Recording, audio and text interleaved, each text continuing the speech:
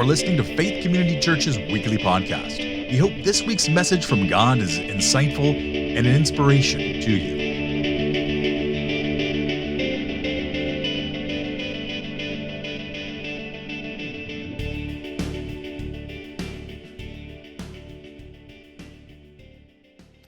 So, like I said in the prayer, we've been talking about work and faith through this whole season, and we're going to wrap it up today.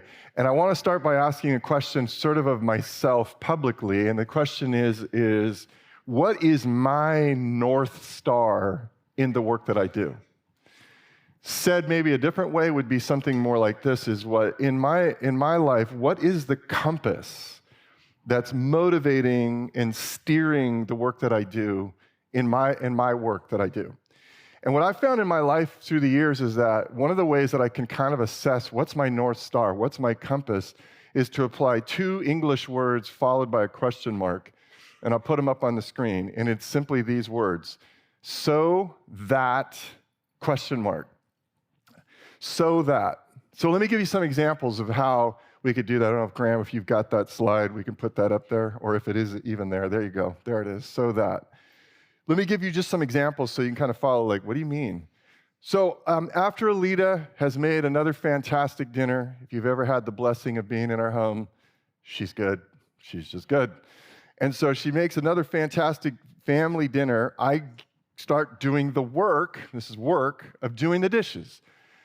So that, well, there's the obvious answer, right? So that the dishes get cleaned up. But let's get a little more curious about myself. Okay, so that, well, sometimes so that Alita will be happy with me. Well, let's drill a little bit deeper. Let's be even more curious. And I hate to admit it, but sometimes so that I will feel good about how well I'm doing as a husband for my wife. Let me give you another example. When my kids were young, I worked hard to make sure that they were dressed, their hair was combed, their teeth were brushed before they went away to school. So that, well, there's the obvious level, so that they would be ready for the school day, but let's drill down a little bit. So that, well, they've got to look presentable to the world and the public, otherwise, So then I got to drill down a little bit more so that other parents and their teachers would think, because this is about a reflection on me, that they would think that Alita and I are excellent parents. That was the so that. I'll give you one other example. As a pastor, I work to try to teach and to try to encourage and to try to form disciples of Jesus. And so that, why so that? Well, then I'll give you the biblical answer. The biblical answer is provided by the Apostle Paul in Colossians 1:28. We do it so that, quote, we may present everyone fully mature in Christ. Good answer, comes straight from the Bible. But let's get a little more curious. I'm not proud to admit it, but there are years when I had to ask myself, you do that so that, and I had to admit that the answer was so that our church would get bigger. Well, let's get a little more curious. So that our church would be recognized as a really successful ministry. So that I'd feel good about myself. You see the example? You can kind of follow where we're going with it. You get it. It's not all the time. It's also not completely rare. But when I drill down deeper into the reasons I do my work, I can find that my actual North Star for all my hard work is somewhat transactional, where I'm mostly really seeking some benefit for me. And I'm sure we can all admit that a lot of times self-benefit ultimately becomes the North Star compass in our work. Just consider some of the common, let's just admit it, we get into sort of this cost-benefit analysis for all work that we do, whether it's volunteer, helping with a little child who needs to fall asleep, all the way to we're paid over $100,000 a year and more, or whatever, for whatever it is that we do. We enter often into this cost-benefit analysis of why we're really working so hard. So let's just look at some of the common reasons. Number one, money, right? Pretty obvious. We are working hard, but let's apply the so that's. We're working hard so that we make money, so that we put food on the table. Well, so that we can feel successful. so that we can attain an almost God-like control over our lives, so that we can consume more things, so that we can assure ourselves of being comfortable and happy. Maybe or so that goes even deeper. Another one of them is not just money, it's also respect. You might use the word significance. We work really hard so that we can move up, but if we're a little more curious, we'd have to maybe sometimes admit, so that we will be respected, so that other people's respect for me will drown out my own lack of respect for myself. That's why I'm working so hard. Another one is recognition or fame. We'll just call it that. It's fame. We work hard and we want more degrees after our name, more letters after our name, MA, PhD, or whatever it is. And we do it so that we'll be known for how smart we are and all of our accomplishments. And why is that? So that we will be happy with ourselves.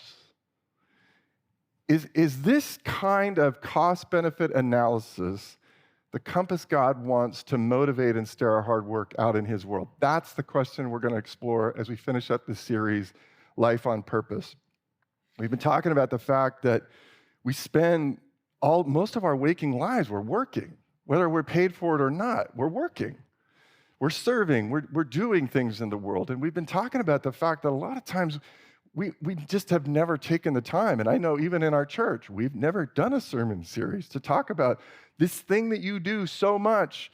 How do you integrate your faith, which often for a lot of us, it gets siloed. I keep using the communion table as the silo, kind of symbolic of it's over here, and we don't know how to take this thing that we've siloed over here and integrate it into the work that we're doing right in front of us. And so I really hope this study has, even in like the smallest little way, it's giving you a more integrated story to understand that no matter whether you're doing your work and it's a volunteer or it's paid, that your job, your role, your position, you are a participant right now in God's good work of building up people and places and institutions that reflect God's desire for people to experience love and beauty and goodness and justice in the world. Yeah, your job, even if you're like, really? Yeah, really. And so that takes us to our passage this morning, and I want to read our passage from Isaiah chapter 58, and here's what we read in God's word. Why have we fasted, they say, and you have not seen it? Why have we humbled ourselves, and you have not noticed? Yet on the day of your fasting, you do as you please, and you exploit your workers. Your fasting ends in quarreling and strife and striking each other with wicked fists. You cannot fast as you do today and expect your voice to be heard on high. Is this the kind of fast I have chosen? Only a day for people to humble themselves? Is it only for bowing one's head like a reed and for lying in sackcloth and ashes? Is that what you call a fast? A day acceptable to the Lord? Is not this the kind of fasting I have chosen? To loose the chains of injustice and untie the cords of the yoke, to set the oppressed free and break every yoke? Is it not to share your food with the hungry and to provide the poor wanderer with shelter? When you see the naked, to clothe them, and not to turn away from your own flesh and blood. Then your light will break forth like the dawn, and your healing will quickly appear. Then your righteousness will go before you, and the glory of the Lord will be your rear guard. This is the word of the Lord. Now, the prophet Isaiah is actually providing to us a compass for our hard work. This is our North Star. Isaiah chapter 58, it's addressing God's people after they've returned from exile. Now, that last phrase is loaded, returning from exile. So let's unpack it so that we understand the passage. And to unpack it, I'm sorry, you're like, Andy, we know this stuff. You've preached at us for years. Okay, I know, but maybe somebody hasn't understood this. So let's kind of go back a little bit from Isaiah chapter 58 to about the very first books of the Bible, the book of Exodus. And here's kind of what it sets up, is that we have the story of Exodus. Remember that story? It's the story of how God miraculously intervenes, and he saves his people by bringing them out of slavery in Egypt, and he brings them out so they would become a people who would not act like Pharaoh and the cultural constructs of Egypt, which was all about constructing exploitation. That God's people weren't going to be exploitative, but they were going to be a people that God was going to bless so greatly in this Exodus that it would just kind of pour out over them, and that they would be so richly blessed by this God as his covenant people that they would turn around to the world and they would bless the nations. That's the story of Exodus. And out of the story of Exodus, after they leave this slavery, they're not going to be people like Pharaoh in Egypt. They're going to be the people of God, the people of Yahweh.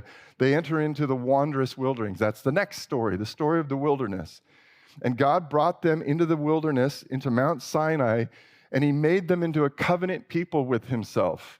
And he led his people through the wilderness for a time, and he told them, why? I'm making you wander for a bit. He even says it in there. He says, I'm making you wander so that your hearts would be refined to be hearts of love towards me, loyalty to me. Some of them died in the wilderness because that didn't happen in their hearts, and others entered the promised land. And that brings us, they enter the promised land, and that's the story of the exile. In the story of the exile, God brings the people in the promised land where he and his people, okay, we have our platform now. We have a nation, we have a state. We now have our platform as the covenant people to bless the nations. Well, guess what happened? They became just like the other nations in all of their loves for what all the other nations loved, and they disregarded Yahweh and the things that Yahweh loved. Leading Yahweh, and God said this all the way back at Sinai, he said, if this happens, there's going to be consequences. Yahweh allowed all these other nations to swoop in and destroy Israel and cart off the survivors into exile in foreign nations. That's the exile. Okay, you're following me. I can see it. And then God used this tragic exile, total tragedy, to refine his people. And he says to the prophets, this is why I'm doing this. I want to find a remnant of people. It's not going to be everybody, because not everybody's going to respond, but I want to find a remnant whose hearts move from being callous to hearts of flesh, loyal to me. And so these people are turned back to him, and then miraculously, after a couple of generations, God opens up the doors, and they leave exile, and they start to return to their homeland. And we're like, oh my gosh. One of the Psalms of Ascent, like, we were like people who dreamed, and the nations around us said, oh my gosh, your God's been good to you, because God let them go back into the land. And so we're supposed to be watching them. They're coming back from exile, and we're totally hopeful. We're watching Israel. We're hopeful that we're going to see Israel. They're going to be fully refined from their horrible exile, and they're going to be so ready and open of heart. They're going to work with God. We're hopeful. And we're hopeful we're going to see Israel, they're going to be faithful to God after everything that they've been through. They're going to work towards the blessing of the nations. And then you and I read verse 3. And in verse 3, we see these returning exiles, after everything that they've been through and everything they're supposed to have learned, they are acting just like their ancestors, not getting it. Here's what they cry out to God. They cry out to God, why have we fasted and you haven't seen it? You ever prayed a prayer like that to God? Look what I'm doing. You're not doing anything for me for what I'm doing. Here's the translation. Is God, look, we've done a good job going through the motions. Why haven't you rewarded us for it? They also pray this. They pray, why have we humbled ourselves and you haven't noticed? Translation, God, we're being good boys and girls here. Why haven't you paid us out for that? Ever prayed a prayer like that? And it's to these questions, which, by the way, God clearly doesn't seem to be mad at them asking the questions. And they ask the questions, and it's to these questions that God observes some really hard truths. God says, I'll answer those questions in verses 3, 4, and 5. And this is God talking. And God observes that, yeah, while you're being good boys and girls, you're doing your transactional version of fasting and humbling. Let me tell you what I'm seeing. This is God speaking. I'm seeing that they're disregarding and they're exploiting their workers.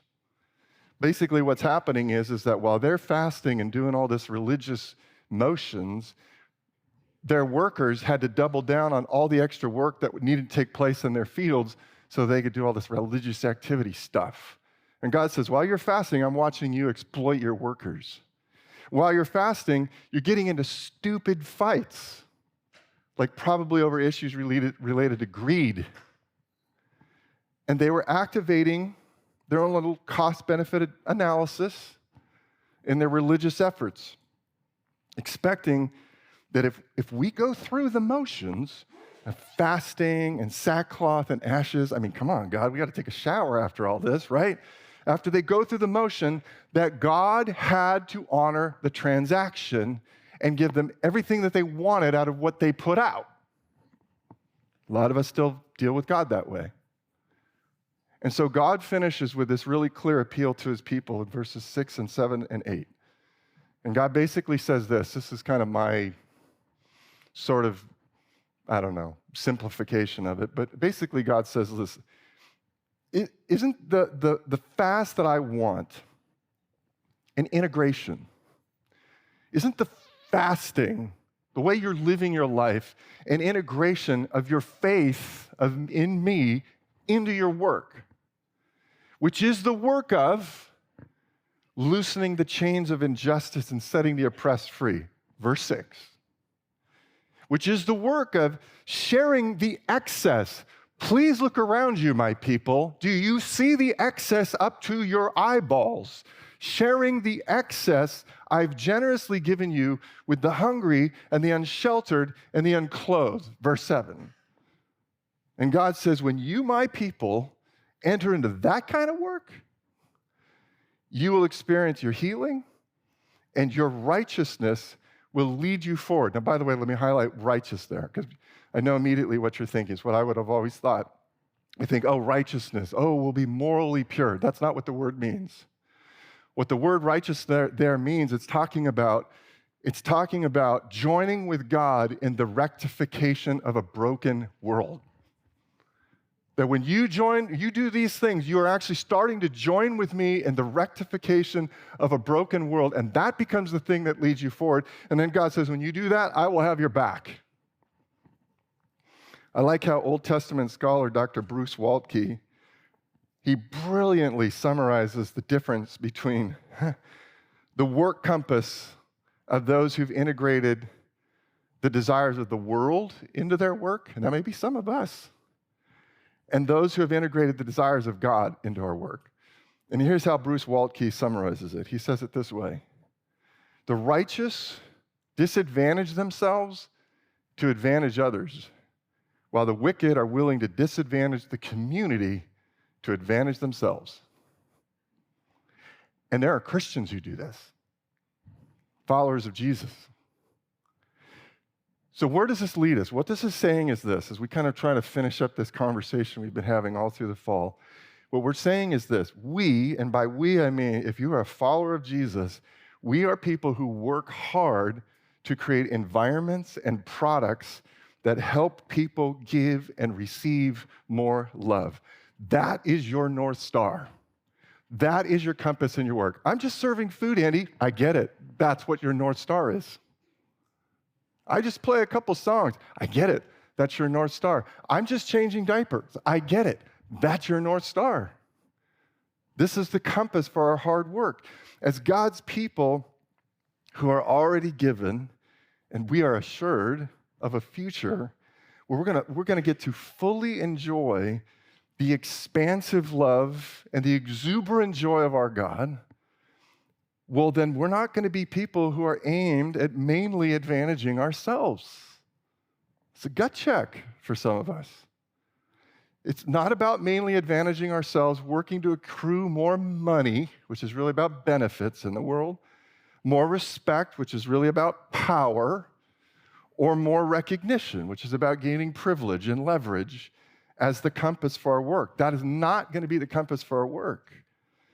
We're going to be aimed at advantaging others, to help the people we're working with.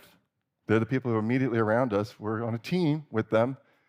And to help the people we're working with, and then the work that we're doing together to help as many people as possible gain more benefits, more empowerment, and more privilege in the world that God's trying to rectify right now, and is rectifying, and is renewing, even as we speak. And we do all of that, back to my question, so that all of us together can build out God's kingdom, God's renewal project of making a world where people are more and more able to give and receive love, starting now. That phrase I just said, some of us in our Christian theology, we're like, oh yeah, that'll happen when Jesus returns. Yes, it will, in perfection, but it's starting now. The moment that the resurrection happened, this becomes the project of God in the world. God isn't doing this to be able to bring people to the capacity to give and receive more love, the renewal of everything. So the actual aim of our work, it matters to this faith work integration project we've been talking about. If my aim is, it's always about me, I'm going to consistently damage my own capacity for myself to give and receive love if I'm always the focus. But I'm also going to damage the environment and the people I am using on my way to try to seize my benefits. But if my aim is the righteousness of God that we were talking about, remember we were talking about what it means? It means is like I'm now participating with God, actively engaged in the rectification of a broken world. Well, when that happens, that kind of work, it opens up all kinds of new ways where the love of God can just rush in and be given and received by so many people in so many different ways. C.S. Lewis once famously observed, he said it this way, he says, aim at heaven and you'll get earth thrown in. Aim at earth and you will get neither. So here's where this leads us. This week I was kind of curious, and so I went into our database. Our church has a database. And I was like just looking at, all the lists of everybody who's involved in all different kinds of ways in our church. And I made a list of all the things that I could see of all the different kinds of work that are done here in this church, some paid, some volunteer. Here's what I came up with. We have in our church early childhood educators, people involved in the technology sector, doctors, volunteers, teachers, graphic designers, people involved in internet security, theology teachers, shipping coordinators, pastors, administrators, special needs educators, people involved in food service, coaching, plumbing, engineering, property management, events coordination, construction manager, stay-at-home parents, nurses, administrators, therapists, architects, nonprofit directors, real estate agents, artists, supportive grandparents, airline pilots, theater directors, audiologists, construction sales, life coaches, IT directors, professors, and I probably missed somebody. That's our church. What I want you to do with what your job is, and you can pick volunteer, you can pick paid, whatever it is. Whatever is a lot of your work, a lot of your week where you're applying yourself to work. Take a moment and do your own so that, ?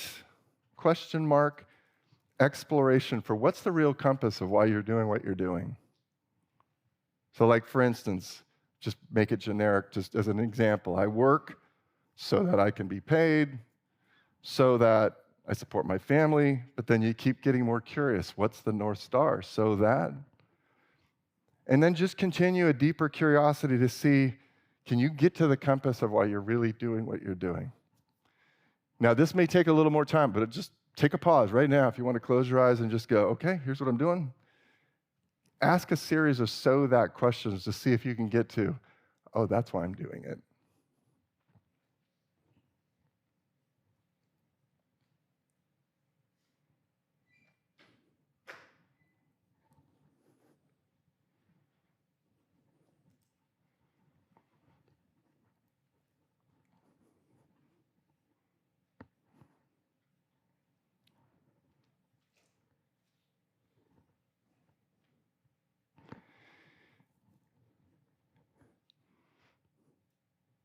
Now, if this was a church retreat, I'd give you all little journals and I'd send you out for an hour and let you work harder.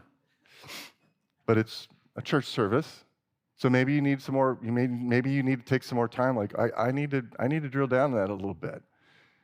But the follow-up questions I would have would be this: does that reveal a compass of mostly seeking to advantage yourself through your work? Is that what was starting to be revealed, or does it reveal a compass of you're actually a lot of what you're trying to do? You're trying to advantage other people. As God's people, we're called to work with a very different compass, which is to work to advantage others. In everything that we do, we're trying to advantage others to the degree that they're growing in the capacity, because of what we're doing, that they can give and receive more of the love of God. So here's my application, and it's a question, and it's this: can I truly say that God's work compass is my work compass? Can I truly say that? And if not, what can change? Now, here is how I am asking you to assess that question, because I know often, generally, church culture is like, yes, I feel horrible and guilty. I don't want you to assess it that way. I am not asking you to assess these questions in a binary, either or, all or nothing way, where if you see like, oh, I do see a little room for improvement, you're like, there I go, I'm going to give myself an F. That's not how I want you to assess this. I'm asking you just to be really honest with yourself, because, right, Jesus has poured out the grace of God into our lives. It's safe. You're safe. You can be really honest and go, ooh, there's some spots there. You can laugh with the Spirit and go, there's some changes, right? Okay, so that's what I'm saying. Be honest under the grace of God and see areas where you do and do not map onto God's compass for your work, and then recognize the ways that maybe you can grow toward this kingdom compass in what you're doing. I want to provide, though, maybe some handholds to these questions for your assessment of how can you help people give and receive more love in your work. And the thoughts I'm going to put up on the screen, these come from I would actually encourage a lot of you to read it. It's a really lovely little book written. She's not a theologian, she's a Christian, she's an author, and also a literature professor, Karen Swallow Prior, who just this fall put out this book called You Have a Calling, Finding Your Vocation in the True, Good, and Beautiful. And she presents three in her book, what she calls transcendentals, which is getting at the things that are necessary, that she says these are the callings of every believer. And here's the three things. One is truth.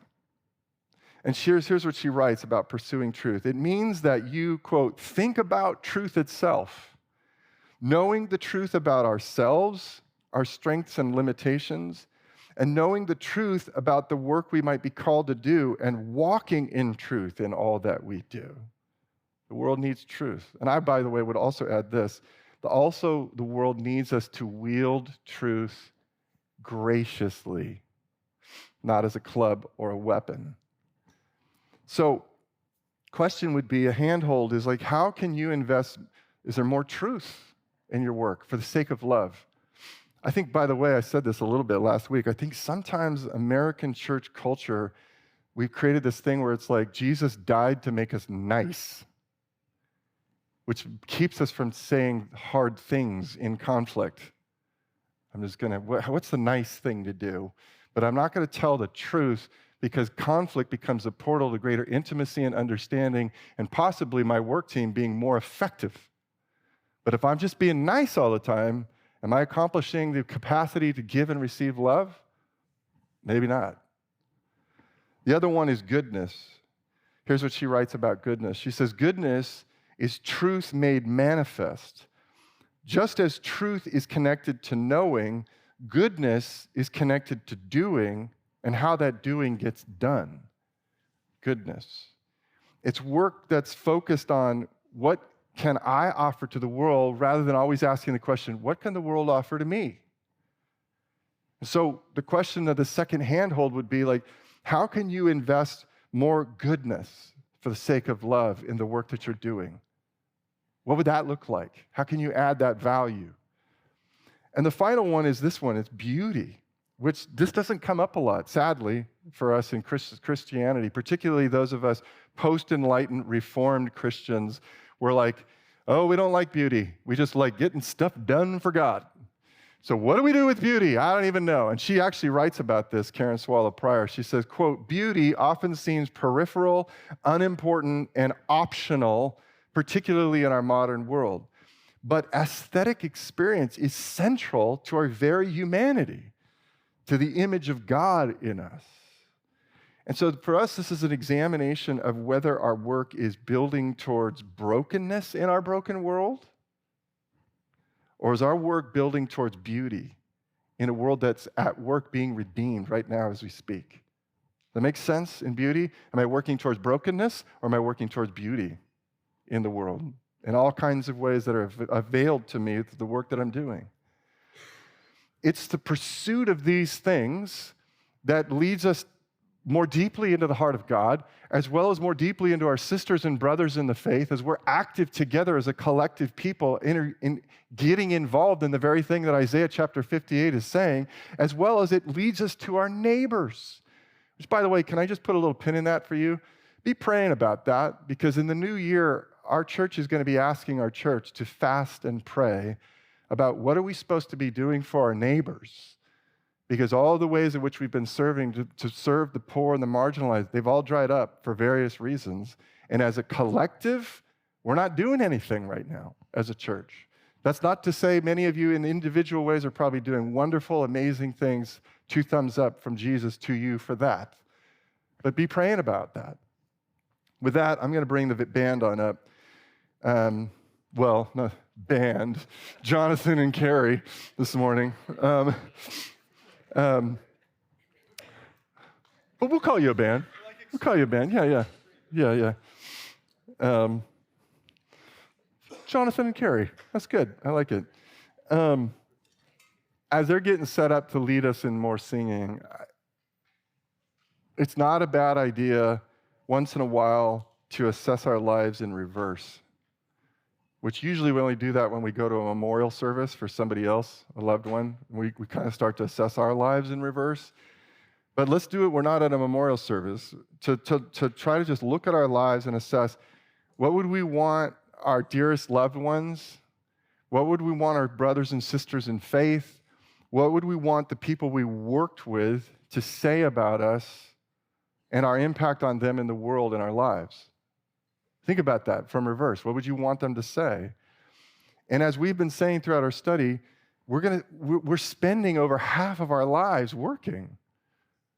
What do we really want our impact to be? Do we want people to say, he bought a ton of really cool cars? Do we want people to say, she dressed her kids so nicely? Do we want people to say, he climbed the corporate ladder really effectively? Or to say, she did pretty well for herself? Is that what we want people to say? Or do we want people to say, she left this world better than she found it? She really did. He extended so much kindness and generosity to the people he came in contact with almost all the time. She made it possible for me to thrive. He made an environment in which I could understand that I actually was valuable and I was loved. She made it possible for me to become my best self for the sake of other people. What story do you want to have told? Let's pray. God, thank you that you love us so much and you have poured out so much kindness upon us. And thank you that you've given us a North Star that's truly meaningful. I'm super grateful as we step into this Thanksgiving week in our culture that there's a long train of faithful people in my life who loved you and through their work made it possible for me to give and receive more love. I'm a recipient of that grace. And God, I want to be one who passes it along, to be so blessed it pours out of me that I'm a blessing to others. And I pray that over our church, we're still, and this is not, our church is not alone in this. Talking to other pastors from around even our region here, is there's a drift, a distraction, an overwhelmedness that has very much muted this thing we're talking about this morning. But I know that's not our hearts. I know our hearts are for you. I know our hearts long for you. We're thirsty for you. As the deer pants for the waters, we are thirsty for you, God. And we want to be where you're at work in these things that Isaiah 58 was talking about this is the fast. This is the North Star for our lives. And so, Lord, where we shrink back because we're distracted, we're drifting, whatever it is, God, by your grace and your love, bring us back and help us to be what we want to be and what your Spirit wants us to be. And we pray it in the name of your Son, Jesus. Amen. Thank you for listening to this production of Faith Community Church in Santa Cruz, California. To visit our complete archive of sermons, to learn more about FCC, or to view our live streaming services, please visit us online at santacruzfaith.org.